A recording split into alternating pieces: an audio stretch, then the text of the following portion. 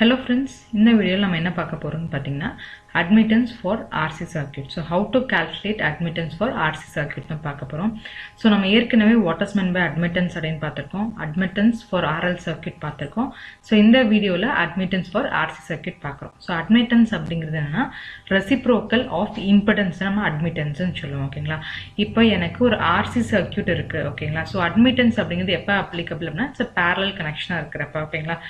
Impedance அப்படிங்கிறது series connection. இப்போ எனக்கு வந்து I have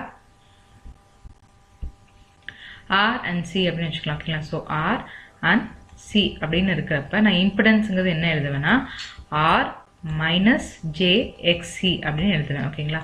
இது வந்து இம்பிடன்ஸ். இப்போ எனக்கு அட்மிட்டன்ஸ் அப்படிங்கிறது ஒரு reciprocal. So 1 by R plus 1 by minus JXC அப்படின்னு எழுதிருக்கேன். ஓகேங்களா?